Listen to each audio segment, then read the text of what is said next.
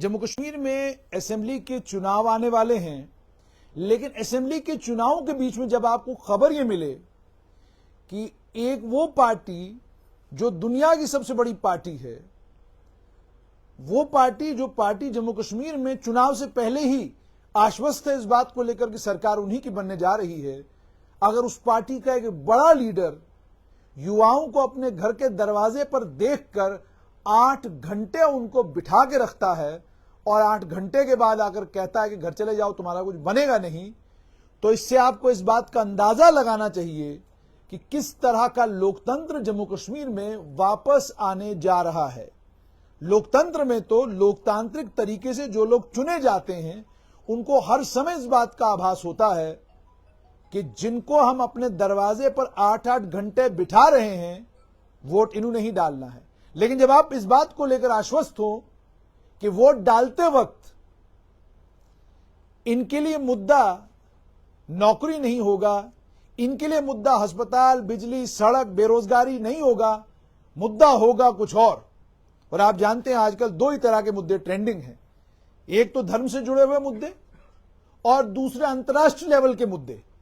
जिन मुद्दों की जानकारी भी आपको प्रॉपर नहीं है, उन मुद्दों पर भी आपकी टिप्पणी आ रही है। तो ये मेरे साथ युवा हैं, इनमें से ये वो नौजवान हैं जो 28 से 30 वर्ष नहीं 32 और 34 वर्ष तक की रिलैक्सेशन मांग रहे हैं एज में। नेताओं के दरवाजों के चक्कर लगा के आ चुके हैं, अभिनेता अपनी बात रखी है, पर इनकी बात सुनी क्यों नहीं जा रही है, लोग इनकी बात सुन क्यों नहीं रहे हैं। आइए इनसे बात करते हैं। मुझे सबसे पहले ये बताइए कि आप चाहते हैं कि कांस्टेबल और पीएसआई में एज रिलैक्स किया जाए। जी सर। पीएसआई का जहां तक ताल्लुक है तो ये ग्रेजुएशन लेवल की पोस्ट है। जी सर। कांस्टेबल में तो ग्रेजुएशन की भी आपको जरूरत नहीं है। आपकी अपनी क्वालिफिकेशन कितनी है? सर मैं पीजी हूँ क्लिनिकल साइकोलॉजी में, और मैं जनरली बच्चों को अभी पढ़ा ही रहा हूँ सर, यही कर रहा हूँ। आप पढ़ाते भी हैं और पीजी हैं क्लिनिकल साइकोलॉजी में। जी सर। यानी क्लिनिकल साइकोलॉजी का मतलब ये होगा कि आप वो हैं कि अगर मेरा मन विचलित है, मैं परेशान हूं जहनी तौर पर, मुझे रास्ता नजर नहीं आ रहा और मुझे डॉक्टर कहता है कि आपको एंजाइटी की और फला फला टिक्कियां खानी पड़ेंगी, आप वो महारथी हैं जो समझा सकते हैं कि टिक्कियां खाए बगैर भी काम चल सकता है। जी सर। वही आप? जी सर। तो फिर आप पीएसआई और कांस्टेबल लगने के चक्कर में क्यों हैं? सर क्योंकि हमें पता है कि स्टेट में, हमारे जम्मू कश्मीर में कितनी मतलब नौकरियों की, एक तो प्राइवेट सेक्टर का आपको पता ही है, वो इतना फल फूल रहा है कि यहाँ के मतलब एक जो आमदनी हम लोगों को दी जाती है प्राइवेट सेक्टर में, वो 10 से 12 हज़ार है। ठीक। और अपना अगर हम लोग रोजगार शुरू करते हैं सर, उसमें भी हम लोगों को कितनी आमदन है वो सब लोग जानते हैं यहाँ पे। तो एक आस हमारी जुड़ी हुई है किसी एक सरकारी नौकरी के साथ कि अगर हम लोगों को एक सरकारी नौकरी मिल जाती है तो हम लोग अपने परिवार के साथ मतलब अच्छे से चल सकते हैं। ठीक। क्योंकि उसमें मिनिमम हम लोगों को कम से कम 30, 40, 50 हज़ार रुपये जो तनख्वाह मिलेगी, वो हम लोगों के मतलब हमारी फैमिली के लिए सफिशिएंट होगी। एक क्लिनिकल साइकोलॉजिस्ट ये कहता है कि भाई नौकरी मिल जाए छोटी सी, उससे काम हमारा चल जाएगा। दूसरा मुझे ये भी बताइएगा कि तो नौकरी की बात हो गई, लेकिन दूसरी इंपॉर्टेंट बात आपसे ये जानना चाहता हूं कि चुनाव भी आने वाले हैं। जी। वोट भी डालना है, हमें डालेंगे, अपने मत का अधिकार करेंगे, अपने मत का जो आपका अधिकार है उसका इस्तेमाल करेंगे। सर जिस तरीके से हम लोग पिछले 3-4 महीने से दर-बदर भटक रहे हैं, हम नौजवान कम से कम जितने भी, और मेरे पीछे कम से कम 2.5 से 3 लाख नौजवान युवा जो हैं वो मेरे पीछे हैं। तो जिस तरीके से हम लोग, अगर हम 30, 40, 50 नौजवान नहीं, बेरोजगार। बेरोजगार, अब आपकी कैटेगरी बेरोजगार वाली है। और आप में से नौकरी भी अगर मिलेगी, बहुत खींच खांच के 20,000 लोगों को मिलेगी। जी सर। 2,30,000 फिर भी आपके पीछे हैं। हाँ, तो मैं उन लोगों को रिप्रेजेंट कर रहा हूँ जो इस स्टेट का बेरोजगार है, और 2.5 से 3 लाख बेरोजगार वो हैं, और उनके साथ जिनकी उम्मीदें जुड़ी हैं, कम से कम 10 लाख परिवार, मतलब 10 लाख का एक परिवार है जो जिनकी उम्मीदें भी जुड़ी हुई हैं। तो अगर इतने बड़े आंकड़े को देखते हुए मैं बात करूं तो मुझे नहीं लगता कि मुझे ये आगामी चुनाव में कोई मत देना चाहिए, मुझे लगता नहीं है सर। नहीं लगता। अच्छा मुझे अब ये बताइए, जो आपने मांग रखी है 28 से 32 वर्ष, हर साल आपको मांग रखने की जरूरत क्यों नहीं पड़ती है? क्या आपको नहीं लगता कि आपका अधिकार है कि जिस राज्य में 8-8, 10-10 साल के बाद रिक्रूटमेंट होती हो, वहां कम से कम वैसे ही आपको अपना एज क्राइटेरिया जो है 32-34 साल रखना चाहिए, ये अंदाजा लगाते हुए कि जो बच्चा साल 2022 में ग्रेजुएट हुआ है, आज उसकी उम्र 30 साल हो गई है। साल 2022 में, साल 2012 में जो माफ कीजिएगा ग्रेजुएट हुआ है, 10 साल के अंदर अंदर उसकी उम्र जो है आज हो गई होगी, क्या कहते हैं, 30 साल के करीब करीब। तो 2012 और 2024 के बीच में आपने उसको कितने मौके दिए? सर कांस्टेबल का एक भी मौका नहीं मिला है।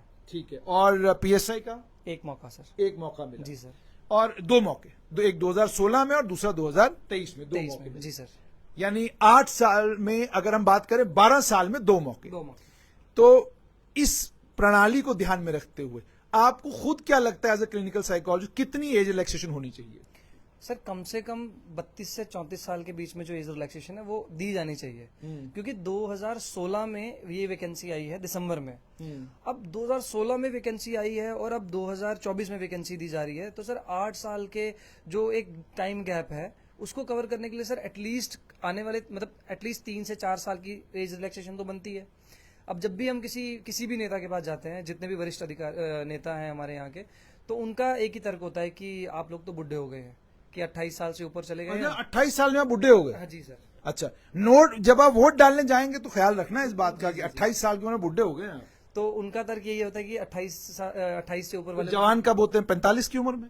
जी सर, क्योंकि जितनी भी अच्छी पोजीशंस हैं वो सारी तो 45 से 50 और 60 के उम्र वालों ने ही रखी हुई हैं अपने पास, तो वो शायद उस उम्र में वो लोग नौजवान हैं और हम लोग जो हैं अभी बुजुर्ग हो गए हैं। तो अगर बुजुर्ग की बात आती है तो सर एसपीओ जो हैं जेकेपी में ही, जेके पुलिस में, वो 40 तक उनको एज रिलैक्सेशन दी जा रही है। एक्स सर्विसमैन को 40 तक एज रिलैक्सेशन दी जाती है। उसके बाद ये हाँ होमगार्ड्स को भी एज रिलैक्सेशन दी जाती है। तो सर अगर बुढ़ापे की बात है तो फिजिकल स्टैंडर्ड्स तो सर सबके लिए सेम होने चाहिए, वो भी तो मतलब सर्व करेंगे ना। अब ये लोग बोलते हैं कि नहीं हमारा ये जो एरिया है ये टेररिस्ट स्ट्रिकन एरिया है, तो यहाँ पर नौजवानों फिट नौजवानों की जरूरत है। सर 40 साल में कौन सा एसपीओ जो है फिट होगा? अगर वो अपने फिजिकल मेंटेनेंस अपना फिजिकल फिटनेस मेंटेन करेगा तो ही वो फिट है, अदरवाइज कौन सा होगा सर फिट? तो मुझे बताएं कि आपको ख्याल नहीं आया कि कोई प्राइवेट सेक्टर की तरफ जाया जाए, कोई फैक्ट्री खोली जाए, कोई दुकान खोली जाए, कोई पकौड़ा तला जाए? ये ख्याल नहीं आया आपको? सर ख्याल सर ऐसे बहुत सारे हैं, लेकिन ये ख्याल जो लगते हैं ना पॉसिबल कि हम लोग जिससे अच्छी अर्निंग कर पाएंगे। आप वो नौजवान हैं जो सिर्फ केवल चाहते सरकारी नौकरियां मिले। देखिए मेरी बात सुने, बड़े सारे नौजवान हैं रेड़ा लगा रहे हैं जी, अच्छी आमदनी है रेड़े पे। बड़े सारे नौजवान हैं जो रेड़े की जगह खोखे पे बैठे हुए जी हैं, सर। बढ़िया आमदनी उसकी है। रेड़े के ऊपर आलू टमाटर ये सब बेचना, और फिर जब हमारे से कोई पत्रकार आ जाएगा, आपसे टकरा जाएगा, आपको पूछेगा कि भाई आप क्या करते हैं, आपने कहना आलू बेचता हूं, टमाटर बेचता, क्या क्वालिफिकेशन है? तो आपने कहना मैं जी क्लिनिकल साइकोलॉजिस्ट और फलाना और ढमकाना। फिर अगले दिन अखबार की खबर, क्लिनिकल साइकोलॉजिस्ट सेलिंग टमाटो, और हमारे नेताजी उसका बाकायदा एग्जाम्पल कोट करेंगे जी। असेंबली में, कहेंगे देखिए हमारा देश कितनी तरक्की कर रहा है कि एक क्लिनिकल साइकोलॉजिस्ट बजाय क्लिनिकल साइकोलॉजिस्ट नौकरी ढूंढने के आलू और टमाटर बेच रहा है। तो अगर ये सब पॉसिबल हो सकता है तो आप इस बारे में क्यों नहीं गंभीरता के साथ सोचते कि ये भी तो कारोबार है, ये भी तो ट्रेड है। कोई तरखान बनिए, कोई आप इलेक्ट्रिशियन बनिए, कोई अगर आपने बनना है तो ड्राइवर बनिए, पकौड़े बेच सकते हैं। पकौड़े बेच सकते हैं। सर पकौड़े बेच सकते हैं सर, वो एक बहुत अच्छा मतलब कि एक एग्जाम्पल सेट किया गया कि पकौड़े बेच सकते हैं। तो हमें भी यही लग रहा है सर, क्योंकि लखनपुर के इस तरफ प्राइवेट सेक्टर को शायद दिखता नहीं है, अंधा हो गया, और सरकारी नौकरियों को तो मतलब उनको अपना रास्ता दिखता नहीं है यहाँ पे हमारे घरों तक का। और बात रही सेल्फ एम्प्लॉयमेंट की, तो सेल्फ एम्प्लॉयमेंट के तौर पे सर हमारे पास यही रास्ता है, फिर या तो पकौड़े बेचेंगे या ड्राइवर बन सकते हैं, या फिर मगर उसमें भी एक दिक्कत है, आपका मेरा मन पकौड़े बेचने का होगा, दुकान भी हम खोल लेंगे, मगर डॉक्टरों का सख्त तौर पर यह कहना है ज्यादा तेल वाली आइटम खाने से दिल की धड़कन जो है वो कमजोर हो जाती है। तो इसलिए मेहरबानी करके तेल वाली चीजें न खाएं। इधर से कहा जा रहा पकौड़ा तलो, उधर से कहा जा रहा पकौड़ा मत खाओ, तो जाएंगे कहाँ? सर वही है, बीच धार में फंसे हुए हैं कि पकौड़ा बनाएंगे तो भी फंसेंगे और नहीं बनाएंगे तो भी फंसेंगे। अच्छा आप मुझे ये बताइए, आप चाहते क्या है, सरकार क्या करनी चाहिए? सर हम ये चाहते हैं कि ये हम लोग हैंड फोल्डेड रिक्वेस्ट भी कर रहे हैं कि 2016 और 2021 के बाद जेकेपीएसआई और कांस्टेबल की भारी तादाद में जो भी वैकेंसीज आने वाली हैं वो अभी आई हैं, जिनके फॉर्म्स बकायदा लगना शुरू हो गए हैं। कांस्टेबल के फॉर्म्स बकायदा लगना शुरू हो गए हैं। हम चाहते हैं कि 8 साल के बाद जो रिक्रूटमेंट आई है उसमें हम ये नहीं बोल रहे कि हमें 8 साल की आप एज रिलैक्सेशन दीजिए, हम बोल रहे हैं 3-4 साल की एटलीस्ट हमें एज रिलैक्सेशन दीजिए, ताकि हम लोग इस चीज के लिए एलिजिबल हो सके। जो हमारे इतने साल, क्योंकि हमारी तो गलती नहीं है ना सर कि हम 8 साल बुढ़े हो गए, ये तो हमारी गलती नहीं है, ये गलती तो एडमिनिस्ट्रेशन की है, या ये नाकामी तो एडमिनिस्ट्रेशन की कि 8 साल में वैकेंसीज वो लोग लेके नहीं आ पाए। और ऐसा भी नहीं हो सकता कि सर हर साल इस डिपार्टमेंट से लोग रिटायर भी ना होते हो। हर साल ज्यादा नहीं तो कम से कम 50-70 बंदे तो रिटायर होते होंगे। अगर 2 साल में भी उसकी वैकेंसी निकाली जाए तो 150-200 बच्चे कहीं ना कहीं फिट हो जाएंगे। तो 150-200 बच्चा सर अगर हर साल इस तरीके से रिक्रूटमेंट निकाली जाए तो हम लोग आज यहाँ पर होते ही नहीं खड़े। आपके पास रोजगार होता है। रोजगार होता है। ये रोजगार की एक और परेशानी है। डोडा से हमारे एक साथी हैं, क्या नाम है जी? मोहिंदर सिंह सर। डोडा से यहाँ क्या करने आए? वो बड़े खेत हैं, खेती बाड़ी कर लो, बड़े ऑप्शन है, मेटाडोर चला लो, ट्रक चला लो, इतने सारे ऑप्शंस हैं, तो आपको क्या जरूरत पड़ी सरकारी नौकरी ढूंढने की? और वैसे भी आप जानते हैं, आप उन 3 लाख नौजवानों में हो जिन 3 लाख नौजवानों में से नौकरी मिलनी 750 को, उन 750 में से भी आप उन 250 में से आते हो जिन 250 को लगभग 2 लाख में से 1.5 लाख लोगों के साथ कंपीट करना, फिर 250 में आप आएंगे। तो है कोई पॉसिबिलिटी 250 में आने की? सर पॉसिबिलिटी हो भी सकती है, नहीं भी हो सकती है। चलो वो एग्जाम देने के बाद ही पता चलेगा कि हम लोग मेरिट में आते हैं या नहीं आते हैं। हम लोगों की एक रिक्वेस्ट ये है कि एटलीस्ट हमें मौका मिलना चाहिए। बात सिर्फ मौके की है सर, बाकी चलो जो भी क्राइटेरिया होंगे, एग्जाम होगा, रनिंग होगी, मेडिकल फिट होंगे, उसके बाद हम लोग मेरिट में आएंगे, उसी बात सिलेक्शन होगा। हम लोग सिर्फ एक मौका मांग रहे हैं जो हम लोगों को नहीं दिया गया है। और मौका मिलने के बाद भी अगर सिलेक्शन नहीं होता है तो अभी जो हमारे साथी ने कहा कि सरकारी मुलाजमती की कोई लेवेंडर उगाओ, वहां मक्की बनती है डोडा, बड़ी पूरी दुनिया में मक्की बेची जा सकती है, मक्की बेचने का कारोबार करो। वो नहीं कर सकते हो तो डोडा में क्या कहते हैं, सब्जी की दुकान खोल लो, अच्छी चलेगी। नहीं कोई और हो सकता तो किराने की दुकान खोल लो, अच्छी चल सकती है। ये सारी दुकानें नहीं खोलनी, आपने आ जाते हो सरकार के बाद भी मुलाजमत दे दो हमें। सर इसमें भी ठीक है, कारोबारें खोलने चाहिए, चले ना चले बात की बात है, लेकिन फिर इतना पढ़ लिखने के बावजूद हर इंसान सोचता कि एटलीस्ट हमें एक मौका तो मिल जाता। मौका मिलने के बाद भी अगर सिलेक्शन ना हो, फिर खुद में ही इंसान सोच लेता कि यार ठीक है, अब आप लोग कोई काम कर लीजिए, उसमें ही आप लोग अपना जो है इन्वेस्ट करिए, जो भी जिस तरीके से भी। अच्छा, आपने भी अच्छी खासी पढ़ाई कर रखी है? कितनी पढ़ाई की है सर? मैं अभी ट्रिपल एम में हूँ सर। मैंने ट्रिपल एम में किस मास्टर्स? मैंने 2015-17 बैच में मैंने उर्दू में पीजी की है, उसके बाद मैंने रूरल डेवलपमेंट में पीजी की, और उसके बाद हिस्ट्री में भी पीजी की है मैंने। अच्छा, इतिहास का ज्ञान है आपको? तो अब ये 3 ज्ञान आप लिए तो बांटो, बच्चों को ट्यूशन पढ़ाओ, वो एक अच्छा कारोबार है। बिल्कुल सर, ट्यूशन के लिए भी है, लेकिन अभी ट्यूशन सेंटर जो है, ट्यूशन सेंटर ओपन करने के लिए जो इन्वेस्टमेंट जरूरी है वो हमारे पास नहीं है साहब। हम गरीब परिवार से बिलोंग करते हैं, हमारे पेरेंट्स ने हमें खेती बाड़ी करके यहाँ तक पढ़ाया लिखाया, और अब उनको भी डॉक्टर बोलते हैं कि अब आपके घोड़े बैठ के, अब आप चुपचाप करके बैठ जाइए। तो उसी खेतीबाड़ी, मतलब उतनी भी हम लोगों की एडवांस खेतीबाड़ी है नहीं। आप खुद डोडा से होंगे सर, आपको पता होगा कि इतना भी ज्यादा प्लेन एरिया हमारा है नहीं, या ज्यादा कोई प्रोडक्शन हो जाती है, थोड़ी थोड़ी जमीनें हम लोगों के पास, तो उससे उतना नहीं हो सकता कि आप पूरी लाइफ सर्वाइव कर सकते हैं। तो इसलिए पढ़ाया लिखाया माँ बाप ने कि चलो बच्चा कल को कोई गवर्नमेंट जॉब में सिलेक्ट हो जाता है तो एक जॉब सिक्योरिटी इसकी भी हो जाएगी, और हमें भी जो है बुढ़ापे में एक सहारा हो जाएगा। कोई कैटेगरी है आपकी? Category RBA sir. अच्छा, आरबीए कैटेगरी में, और किसी कैटेगरी में? और किसी कैटेगरी में नहीं है। लेकिन आरबीए में भी मुझे लगता है शायद जर्नल के बाद जो है 1-2 पॉइंट के बाद आरबीए का हमारा मेरिट लगभग जर्नल के बराबर ही रहता है हमारा। तो हम लोग अपने आप को जर्नल में ही कंसीडर करते हैं। अगर वहां तक हम compete कर सकते हैं तो चांसेस बनते हैं आरबीए में आने के। और हम पहले ही अगर सोच के रखेंगे नहीं जी मेरे पास आरबीए है, 10 नंबर कम हो गए तो मैं सिलेक्ट हो जाऊं, ऐसा नहीं है सर। आप लोग देखते होंगे हर एक सिलेक्शन में आरबीए का कट ऑफ जर्नल के बिल्कुल 1-2 पॉइंट नीचे होता है, बस पास ही रहता।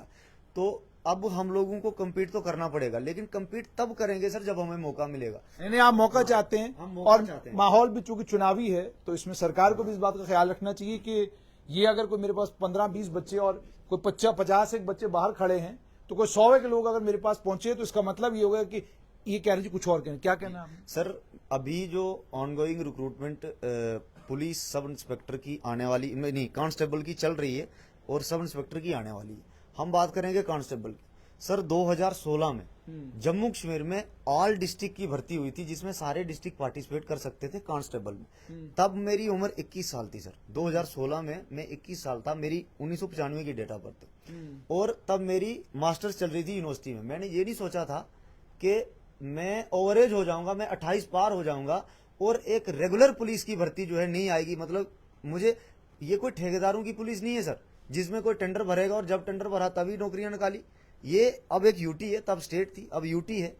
हर साल सर, उसके पहले के अगर हम आंकड़े देखें, 2 साल 3 साल बाद भर्तियां आई, 7 में आई, 9 में आई, 11 में आई, 14 आई, 15 16 में कंप्लीट हुई, 16 में फिर आई। लेकिन 16 के बाद एक बार जैसे ताला लग गया साहब, हम लोगों की आंखें थक गई हैं फोन देख देख के कि कहीं रिक्रूटमेंट का प्रोसेस। अब आप 29 साल के हो चुके हैं तो आप बाहर हैं। इसका हो गया सर। अब और ट्रिपल पोस्ट ग्रेजुएट लड़का, ध्यान से सुनिएगा, ये लगना चाहते हैं पुलिस में कांस्टेबल।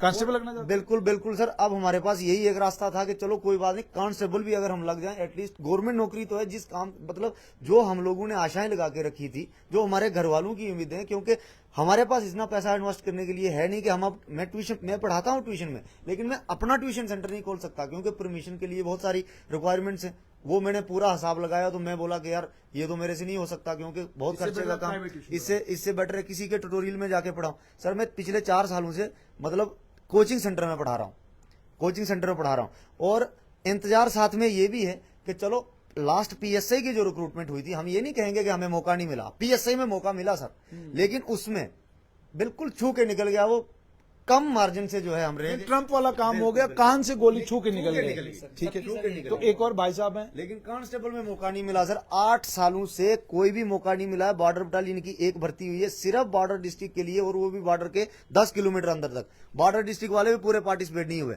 सिर्फ समझ गया। अब मैं एक नौजवान को आपसे और मिलाऊंगा। ये जो बच्चा है जी, ये सांबे में इसने मुझे बताया ये काम करता है, किसी कंपनी में काम करता है, डोडे का है ये भी। किसके लिए आप जी, किस भर्ती के लिए आप उत्सुक हैं और आप उसके लिए क्वालिफाई नहीं करते, आपकी उम्र आगे चली गई है? सर मैं आपके चैनल के माध्यम से एलजी एडमिनिस्ट्रेशन से ये की रिक्वेस्ट करना चाहता हूँ कि जो हमें सर 2016 में लास्ट कांस्टेबल की भर्ती हुई है, तो हमें एक मौका मांग रहे हैं सर कि हमें एक मौका दिया जाए। ये हम नहीं बोल रहे हैं गवर्नमेंट से कि हम गवर्नमेंट जॉब दो, हम सिर्फ एक मौका मांग रहे हैं कि कोई 8 साल का गैप हुआ सर, 2016 में लास्ट भर्ती हुई है, जो हमारे साथी ने भी कहा। हम सिर्फ एक एडमिनिस्ट्रेशन से यही आपके चैनल से रिक्वेस्ट करना चाहता हूँ कि हमें एक मौका दिया जाए सर। तो आपने सुन लिया, ये नौजवान है सारे जी अनएम्प्लॉयड हैं, और जैसे मैंने आपको कहा कि जम्मू कश्मीर में कोई भी जब रिक्रूटमेंट होती है तो उसमें अगर 100 बच्चा या 200 या 300 सिलेक्ट होता है तो 2 लाख में से आप 300 निकाल दीजिए, बाकी सब बेरोजगार हैं, सब क्वालिफाइड हैं, सब ने अच्छी खासी तालीम हासिल की है और उसके बावजूद बेरोजगार हैं। अगर कांस्टेबल की रिक्रूटमेंट रेगुलरली आती तो इनकी मांग जस्टिफाइड नहीं थी। अगर पीएसआई की भर्ती साल दर साल होती तो फिर एक साथ 2000 भर्तियां करने की जरूरत सरकार को नहीं पड़ती, क्योंकि जब आप रिक्रूटमेंट करने लगते हैं तो जो पोस्टें आपको रेफर होके आती हैं होम डिपार्टमेंट से, वो हर साल आती हैं। हर साल के 12 महीनों में जनवरी से लेकर दिसंबर तक लोग रिटायर होते हैं, उनकी जगह नई आपके पास वैकेंसी क्रिएट होती है। अब वैकेंसीज को रेफर करने का काम जनवरी में होगा, मार्च में, ये ऑर्डर बड़ी बार जीएडी ने निकाले, लेकिन इन पर अमल कभी नहीं हुआ। अब ये सारी वैकेंसी जमा होकर 2000 हो गई, उसमें से आपने 1200 भर्ती कर दिए, 750 और आपने भर्ती करने। इस नौजवान ने कहा मैं 21 साल का था जब आपने कांस्टेबल पहली बार भर्ती किए और मैं इनएलिजिबल हो चुका हूं जब आप दूसरी बार करने लगे, तो गलती है आपकी। जी मैं और कहना चाहता हूँ आपको कि सर अगर आप देखोगे ना, जो क्राइटेरिया रखा होता है इन्होंने पीएसआई का, वो रखा होता है 18 से 28 साल का। लेकिन सर 18 साल का जो होता है वो कभी भी ग्रेजुएट नहीं होता है। अगर आप चेक करोगे क्राइटेरिया है, जो मिनिमम क्वालिफिकेशन है वो है ग्रेजुएशन पीएसआई के लिए। लेकिन अगर आप देखोगे 18 साल का कोई ग्रेजुएट नहीं होता है, जो भी ग्रेजुएट होता है वो 21 साल का होता है।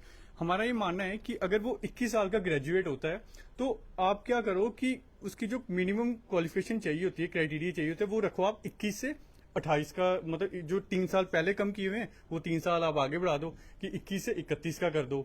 लेकिन वहां पे वो लिखा हुआ है कि 18 से 28 साल, जो कि ये कोई भी मतलब तुर्की नहीं बनता है। अगर आप सोचोगे भी ना कि 18 साल का तो कोई ग्रेजुएट ही नहीं है।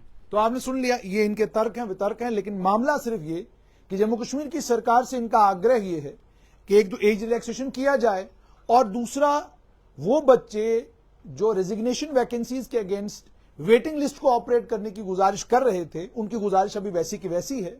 हालांकि सरकार का सूत्रों के हवाले से जो खबर मिली है उनका मत ये है कि ये संभव नहीं है, मुश्किल है, नहीं किया जा सकता, क्योंकि रेजिग्नेशन जब होता है तो वो वैकेंसी उसी दिन खत्म हो जाती है जब उस वैकेंसी पर किसी ने ज्वाइन किया।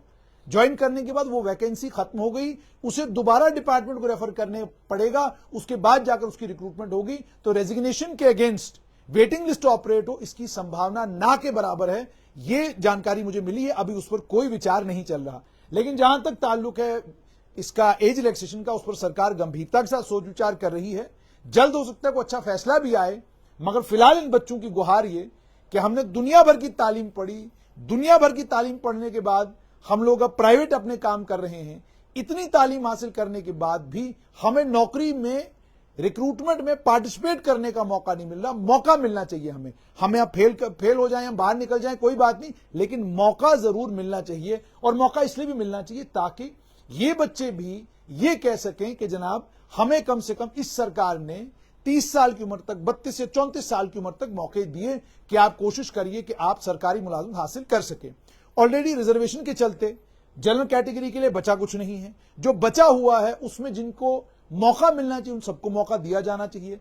तो सरकार इस पर गंभीरता के साथ सोच विचार कर रही है। उम्मीद है कोई अच्छा फैसला आएगा। लेकिन फिलहाल इन बच्चों की आपने क्वालिफिकेशन भी सुन ली, triple post graduate, clinical psychology में पोस्ट ग्रेजुएट, और क्या चाहिए आपको। इतने काबिल बच्चे हैं, तो इन बच्चों को मौका जरूर मिलना चाहिए।